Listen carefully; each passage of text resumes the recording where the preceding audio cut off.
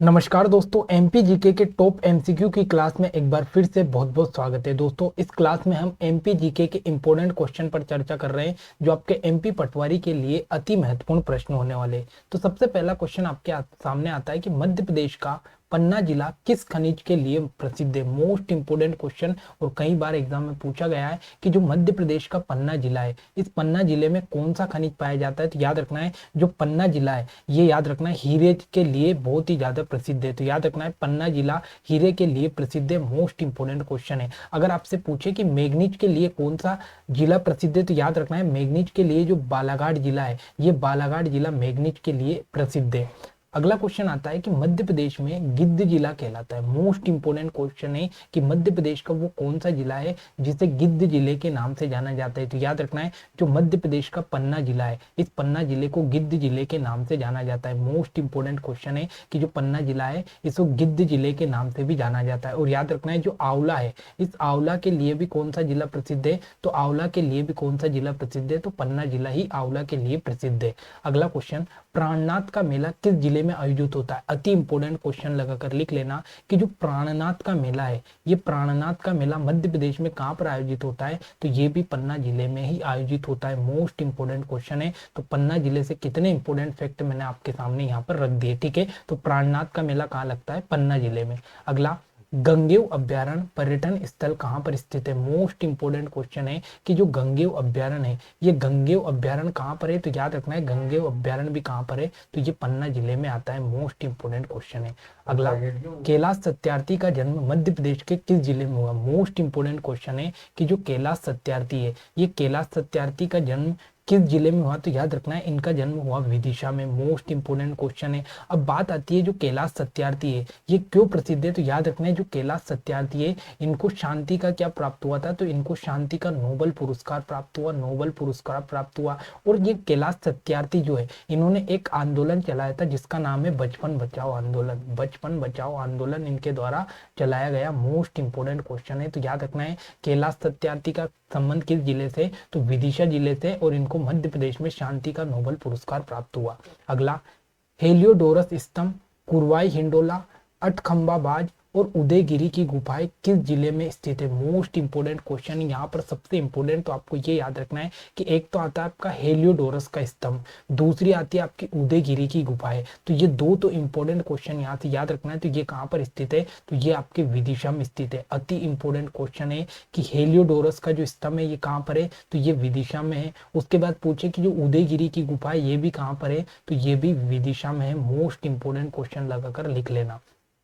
अगला, विदिशा जिले का नामकरण किसके द्वारा किया गया। मोस्ट इंपोर्टेंट क्वेश्चन है कि जो विदिशा जिला है, इस विदिशा जिले का जो नामकरण है ये किसके द्वारा किया गया। तो याद रखना है, ये किया गया डॉक्टर राजेंद्र प्रसाद के द्वारा। मोस्ट इंपोर्टेंट क्वेश्चन है कि जो डॉक्टर राजेंद्र प्रसाद है इनने यहाँ पर विदिशा नाम दिया। अब बात आती है कि जो डॉक्टर राजेंद्र प्रसाद है, ये संविधान सभा के, जो संविधान सभा बनी थी, इसके स्थायी अध्यक्ष कौन बनाते। तो स्थायी अध्यक्ष किसको बनाया था, तो डॉक्टर राजेंद्र प्रसाद को बनाया। फिर आपसे पूछे कि जो भारत है, भारत के जो पहले राष्ट्रपति बने, भारत के जो पहले राष्ट्रपति बने वो भी कौन बनाए गए, तो वो भी डॉक्टर राजेंद्र प्रसाद बनाए गए। मोस्ट इंपोर्टेंट क्वेश्चन है कि संविधान सभा के पहले अध्यक्ष और भारत के पहले राष्ट्रपति कौन बने, तो डॉक्टर राजेंद्र प्रसाद को बनाया गया।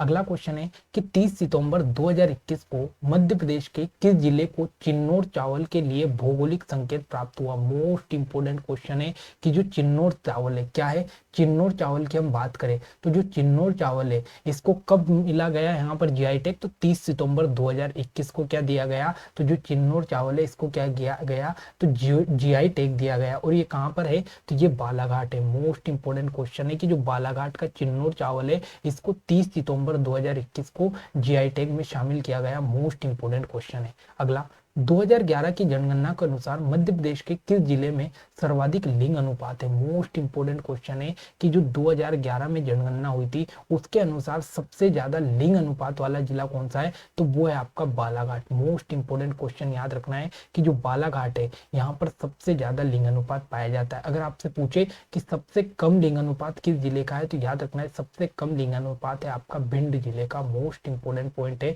कि जो भिंड जिला है, इस भिंड जिले का लिंग अनुपात सबसे कम लिंग अनुपात है मध्य प्रदेश में। अगला, निम्नलिखित स्थानों में से तांबा कहाँ पर पाया जाता है? मोस्ट इंपोर्टेंट क्वेश्चन लगा के लिख लेना कि जो तांबा है, ये तांबा मध्य प्रदेश का एकमात्र स्थान है जो कि मलाजखंड, और मलाजखंड कहाँ पर आता है? तो ये बालाघाट जिले में आता है। मोस्ट इंपोर्टेंट पॉइंट है कि जो मलाजखंड की खदान है ये किस जिले में आती है? तो ये बालाघाट जिले में आती है। और ये क्यों प्रसिद्ध है? तो ये तांबा के लिए प्रसिद्ध है। अति इंपोर्टेंट क्वेश्चन यहाँ पर याद रखना है। और मैंने आपको अभी बताया था कि बालाघाट में एक और खदान आती है जिसका नाम है भरवेली खदान, और ये भरवेली खदान किसके लिए प्रसिद्ध है? तो ये मैग्नीज के लिए प्रसिद्ध है। मैग्नीज के लिए कौन सी खदान प्रसिद्ध है? तो ये भरवेली खदान है। और ये कहाँ पर आती है? ये भी बालाघाट में आती है। और मलाजखंड किसके लिए प्रसिद्ध है? तो मलाजखंड तांबा के लिए प्रसिद्ध है। मोस्ट इंपोर्टेंट क्वेश्चन है।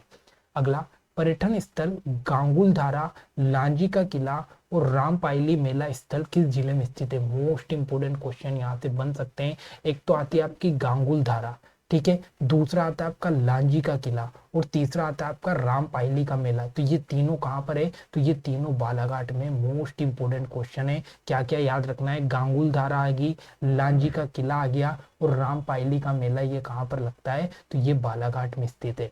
अगला, औद्योगिक केंद्र बानमोर मध्य प्रदेश के किस जिले में स्थित है? अति महत्वपूर्ण क्वेश्चन लगा कर लिख लेना, कई बार एग्जाम में पूछा है कि जो बानमोर औद्योगिक केंद्र है, ये बानमोर औद्योगिक केंद्र किस जिले में स्थित है? तो याद रखना है ये मुरैना जिले में स्थित है। मोस्ट इंपोर्टेंट क्वेश्चन है कि जो मुरैना जिला है यहाँ पर बानमोर औद्योगिक केंद्र बनाया गया। अगला, मध्य प्रदेश का अग्रणी दूध उत्पादक जिला कौन सा है? मोस्ट इंपोर्टेंट क्वेश्चन है कि जो मध्य प्रदेश है, इस मध्य प्रदेश में जो दूध का उत्पादन है ये सबसे ज्यादा किस जिले में होता है? तो ये मुरैना जिले में होता है। मोस्ट इंपोर्टेंट क्वेश्चन है। और आपसे पूछे कि जो मध्य प्रदेश में मुरैना जिला है, यहीं पर जो सरसों है, इस सरसों का उत्पादन भी सबसे ज्यादा कहाँ पर होता है? तो ये मुरैना जिले में ही होता है। अगला, मुरैना के समीप स्थल 64 योगिनी मंदिर के संदर्भ में निम्नलिखित कथनों पर विचार कीजिए। मोस्ट इंपोर्टेंट क्वेश्चन है कि सबसे इंपोर्टेंट कि जो 64 योगिनी का मंदिर है ये किस जिले के अंतर्गत आता है? तो याद रखना है ये मुरैना जिले के अंतर्गत आता है। सबसे इंपोर्टेंट पॉइंट तो ये है कि 64 योगिनी मंदिर किस जिले में है? तो मुरैना जिले में आता है। अब इसके बारे में कुछ इंपोर्टेंट कथन है। पहला तो है कि यहाँ कच्छप घाट राजवंश के शासन काल में निर्मित किया गया। मोस्ट इंपोर्टेंट क्वेश्चन है कि जो 64 योगिनी का मंदिर है ये किस में बनाया गया है? तो ये कच्छप घाट राजवंश ने बनाया। और इसका आकार कैसा है? तो यहाँ वृत्ताकार है। तो ये बिल्कुल आपका राइट कथन है। इसका उद्देश्य क्षेत्र वैष्णव पूजा पद्धति को प्रोत्साहन करना, तो ये बिल्कुल गलत है, क्योंकि जो 64 योगिनी का मंदिर है ये शिव धर्म की पूजा या शिव धर्म से संबंधित है। मोस्ट इंपोर्टेंट क्वेश्चन है कि भगवान शिव को समर्पित है आपका 64 योगिनी का मंदिर, ठीक है। और इसका डिजाइन भारतीय संसद भवन के लिए प्रेरणा स्त्रोत रहा, तो ये भी बिल्कुल यहाँ पर राइट कथन है। तो इसका राइट आंसर होगा ऑप्शन नंबर सी। 1 और 3 वाले जो कथन है ये बिल्कुल सही है। दूसरा जो कथन है ये वैष्णव पूजा से संबंधित नहीं है, ये शिव पूजा से संबंधित है, ये आपको याद रखना है। अगला क्वेश्चन, गोल्डन ट्राइंगल मंदिर मध्य प्रदेश के किस जिले में स्थित है? तो याद रखना है जो गोल्डन ट्राइंगल मंदिर है ये मध्य प्रदेश के मुरैना जिले के अंतर्गत आता है। मोस्ट इंपोर्टेंट क्वेश्चन है। अगला, जल बिहारी का मेला कहाँ पर आयोजित होता है? मोस्ट इंपोर्टेंट क्वेश्चन है कि जो जल बिहारी का मेला है ये कहाँ पर लगता है? तो ये मध्य प्रदेश के छतरपुर जिले में आयोजित होता है। और कई बार एग्जाम में पूछा गया कि जल बिहारी का मेला कहाँ लगता है? तो ये छतरपुर में लगता है। अगला, खजुराहो के मंदिर किस जिले में आते हैं? मोस्ट इंपोर्टेंट कि जो खजुराहो है ये खजुराहो किस जिले के अंतर्गत आता है? तो याद रखना है खजुराहो आपका छतरपुर जिले के अंतर्गत आता है। मोस्ट इंपोर्टेंट क्वेश्चन है। अगर बात करें जो खजुराहो के मंदिर है ये किसने बनाया? तो याद रखना है जो चंदेल वंश के शासक है, ये चंदेल वंश के शासकों के द्वारा जो खजुराहो के मंदिर है इनको यहाँ पर बनाया गया। मोस्ट इंपोर्टेंट है और ये छतरपुर जिले में आता है। अगला, मध्य प्रदेश के किस जिले में भगवान श्री कृष्ण के गुरु संदीपनी की 64 कलाओं तथा 14 विचारों का चित्रांकन दर्शाया गया? मोस्ट इंपोर्टेंट क्वेश्चन है कि मध्य प्रदेश का वो कौन सा जिला है जहाँ भगवान श्री कृष्ण जिनके गुरु का नाम है संदीपनी, तो संदीपनी की 64 कलाओं तथा 14 विचारों का चित्रांकन है। तो याद रखना है वो है आपका उज्जैन जिला। तो याद रखना है जो उज्जैन जिला है यहाँ पर संदीपनी आश्रम भी है और संदीपनी की 64 कलाओं और 14 विचारों का चित्रांकन यहाँ पर किया गया। अगला, मध्य प्रदेश की ऊर्जा राजधानी किस जिले में स्थित है? मोस्ट इंपोर्टेंट क्वेश्चन है। अगर हम बात करें मध्य प्रदेश की ऊर्जा राजधानी तो वो कहाँ पर है? तो ये आती है सिंगरौली जिले में। और ऊर्जा राजधानी कौन सी है? तो याद रखना है वो आपकी बेड़न। क्या है? तो मध्य प्रदेश की जो ऊर्जा राजधानी है जिसका नाम है बेड़न, और ये किस जिले में आती है? तो ये सिंगरौली जिले में आती है। अगर आपसे पूछे कि मध्य प्रदेश में कोयले की सबसे मोटी परत कहाँ पर पाई जाती है, सबसे मोटी परत कोयले की कहाँ पर पाई जाती है? तो ये भी सिंगरौली में पाई जाती है। ये इंपॉर्टेंट फैक्ट आपको याद रखना है। अगला, मध्य प्रदेश में आदमगढ़ की गुफाएं किस जिले में स्थित है? मोस्ट इंपोर्टेंट क्वेश्चन है। तो याद रखना है जो आदमगढ़ की गुफाएं है ये मध्य प्रदेश में किस जिले के अंतर्गत आती है? तो ये आती है आपकी होशंगाबाद के अंतर्गत। मोस्ट इंपोर्टेंट क्वेश्चन है कि जो आदमगढ़ की गुफाएं ये किस जिले में है? तो ये होशंगाबाद जिले में। फिर आपसे पूछे कि ये क्यों प्रसिद्ध है? तो याद रखना है आदमगढ़। अगर हम बात करें तो आदमगढ़ में सबसे पहले जो पशुपालन है, इस पशुपालन का जो साक्ष्य मध्य प्रदेश में सबसे पहले कहाँ पर देखने को मिला है? तो ये आदमगढ़ में देखने को मिला है। अगला, 52 गजा स्थित है। मोस्ट इंपोर्टेंट क्वेश्चन है कि जो 52 गजा है ये 52 गजा कहाँ पर स्थित है? तो याद रखना है ये आपका बड़वानी में स्थित है। 52 गजा कहाँ पर है? बड़वानी में स्थित है, और ये जैन धर्म से संबंधित है। मोस्ट इंपोर्टेंट क्वेश्चन है। तो 52 गजा किस जिले में? बड़वानी में। अगला, मध्य प्रदेश के किस जिले को निमाड़ का पेरिस कहा जाता है? मोस्ट इंपोर्टेंट क्वेश्चन है कि निमाड़ का पेरिस किस जिले को कहते हैं? तो याद रखना है निमाड़ का पेरिस कहलाता है आपका बड़वानी। मोस्ट इंपोर्टेंट क्वेश्चन है। तो याद रखना है जो निमाड़ का पेरिस है ये कौन सा है? तो ये बड़वानी है। अगर आपसे पूछे कि मध्य प्रदेश का दक्षिणी द्वार, मध्य प्रदेश का जो दक्षिणी द्वार है ये दक्षिणी द्वार कौन सा जिला है? तो ये आपका बुरहानपुर जिला है। बुरहानपुर जिला है। मोस्ट इंपोर्टेंट क्वेश्चन है।